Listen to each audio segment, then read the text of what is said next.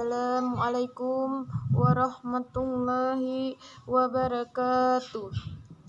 Alhamdulillahi rabbil alamin wa bihi nasta'in ala umuri dunya waddin. Asyhadu an la ilaha illallah wa asyhadu anna Muhammadan abduhu wa rasuluh ya nabiy ba'da. Selawat bermahkotakan salam kepada pahlawan revolusi Islam yang gagah lagi berani, yang tampan lagi bijaksana, anak daripada Abdullah, buah hati daripada Siti Aminah. Siapakah beliau? Beliau adalah King of the King, the best of the best, Muhammad sallallahu alaihi wasallam. Sebelum saya memaparkan makalah yang saya akan jelaskan, ada baiknya saya memperkenalkan diri. Perkenalkan, nama saya Asyatul Amni. Saya dari Unit 1 PAI Institut Agama Islam Negeri Luxmawi. Dan adapun judul makalah saya adalah dasar-dasar Quran tentang ajaran akhlak, moral, etika, dan hadis Nabi sallallahu alaihi wasallam tentang akhlak. Akhlak berasal dari kata bahasa Arab akhlaq yang merupakan bentuk jamak dari khuluq. Secara bahasa, akhlak mempunyai arti budi pekerti, tabiat dan watak. Dalam kebahasaan akhlak sering disinonimkan dalam moral dan etika. Menurut istilah yang dijelaskan oleh Ibnu Maskawi, akhlak adalah perilaku jiwa seseorang yang mendorong untuk melakukan kegiatan-kegiatan tanpa melalui pertimbangan. Menurut Abdul Hamid Yusuf, akhlak adalah ilmu yang memberikan keterangan tentang perbuatan yang mulia dan memberikan cara-cara melakukannya. Dalam ajaran Islam, yang menjadi dasar-dasar akhlak adalah berupa Al-Quran dan Sunnah Nabi Muhammad SAW. Baik dan buruk dalam akhlak, Islam ukurannya adalah baik dan buruk menurut kedua sumber itu, bukan baik dan buruk menurut ukuran manusia. Sebab jika ukurannya adalah manusia, maka baik dan buruk itu berbeda-beda.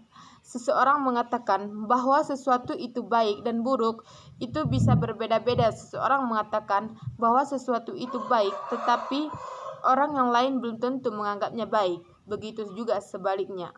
Seseorang menyebut sesuatu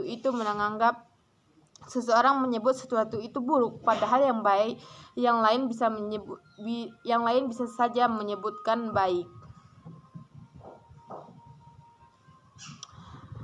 Manusia dengan hati nuraninya dapat juga menentukan ukuran baik dan buruk. Sebab Allah memberikan potensi dasar kepada manusia berupa tauhid.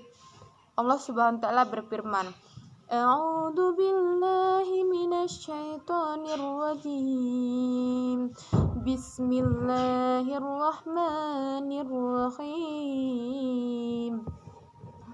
Artinya, dan ingatlah ketika Tuhanmu mengeluarkan keturunan anak Adam dari sulbi mereka, dan Allah mengambilkan kesaksian terhadap jiwa mereka, seraya berfirman, bukankah aku ini Tuhanmu? Mereka menjawab, betul, engkau Tuhan kami. Kami menjadi saksi. Kami lakukan yang demikian itu agar di hari kiamat kamu akan mengatakan, sesungguhnya kami Bani Adam adalah orang-orang yang lengah terhadap ini, keesaan Tuhan. Quran Surah Al-A'raf ayat 72. Dewasa ini banyak sekali anak yang menentang dan melawan terhadap orang tuanya. Ini merupakan fenomena yang lazim terjadi di masyarakat kita. Akhlak seorang anak terhadap orang tua sudah sangat mengkhawatirkan. Mereka bersikap baik dengan teman tapi tidak bersikap baik kepada orang tua. Ini merupakan contoh kecil dan penyelewengan akhlak yang sering dilakukan oleh remaja dan anak zaman sekarang. Moral.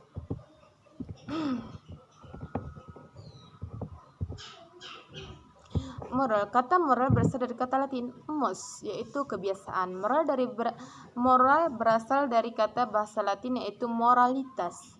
Adalah istilah manusia menyebut ke manusia atau orang lain dalam tindakan yang mempunyai nilai positif. Manusia yang tidak memiliki moral disebut amoral, artinya dia tidak bermoral, dan tidak memiliki nilai positif di mata manusia lainnya. Sehingga moral adalah hal mutlak yang harus dimiliki oleh manusia. Namun demikian, karena manusia selalu berhubungan dengan masalah keindahan baik dan buruk, bahkan dengan persoalan-persoalan layak atau tidak layaknya sesuatu.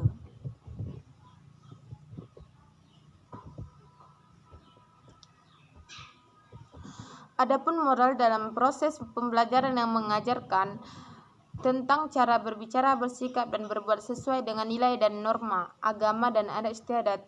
Artinya, Abdullah bin Munir bercerita kepada beliau mendengar An-Nadar telah bercerita kepada kami Abdurrahman bin Abdullah, yaitu Ibnu Dinar, dan dari ayahnya, dari Abu Soleh, dari Abu Hurairah, dan Rasulullah SAW bersabda, sesungguhnya seseorang yang berbicara dengan perkataan yang diridhai Allah, dia tidak akan mendapatkan apa-apa, akan tetapi Allah akan mengangkatkan derajatnya. Dan barang siapa yang berbicara dengan perkataan yang dimurkai Allah, dia tidak akan mendapatkan apa-apa kecuali akan jatuh ke neraka jahanam. Etika. Pengertian etika etimologis berasal dari bahasa Yunani adalah ethos, yang berarti hati nurani ataupun perikelakuan yang pantas atau yang diharapkan. Secara sederhana, hal itu kemudian diartikan sebagai ajaran yang tentang perikelakuan yang disadarkan pada perbandingan mengenai apa yang dianggap baik dan apa yang dianggap buruk.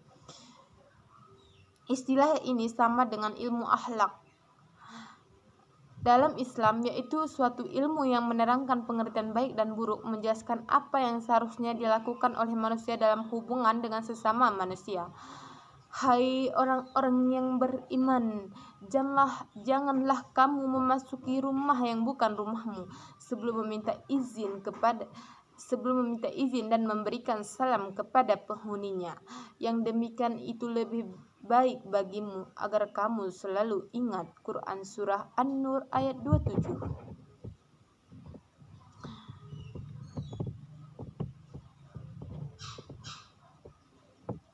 Ayat ini menerangkan tentang etika kunjung mengunjungi yang merupakan bagian dari ketuntunan ilahi yang berkaitan dengan pergaulan dengan sesama manusia. Hadis Nabi SAW tentang akhlak, moral, dan etika. Dalam Islam, ajaran tentang akhlak merupakan bagian integral dalam setiap sendi kehidupan umat Islam. Bahkan Nabi Muhammad SAW diturunkan ke bumi menjadi rasul. Salah satu tujuan adalah menyempurnakan akhlak manusia. Hal itu ditegaskan dalam sebuah hadis. Artinya, sesungguhnya aku Muhammad diutus menjadi rasul ke dunia ini, tidak lain adalah untuk menyempurnakan akhlak. Al-Hadis. Sesungguhnya Allah Maha Pemurah, menyukai kedermawaan dan akhlak yang mulia serta membenci akhlak yang rendah hina. Hadis riwayat Al-Hakim. Sedangkan menurut istilah Ghazali, akhlak adalah suatu bentuk naluri Islam dalam jiwa seseorang manusia yang dapat melahirkan suatu tindakan dan kelakuan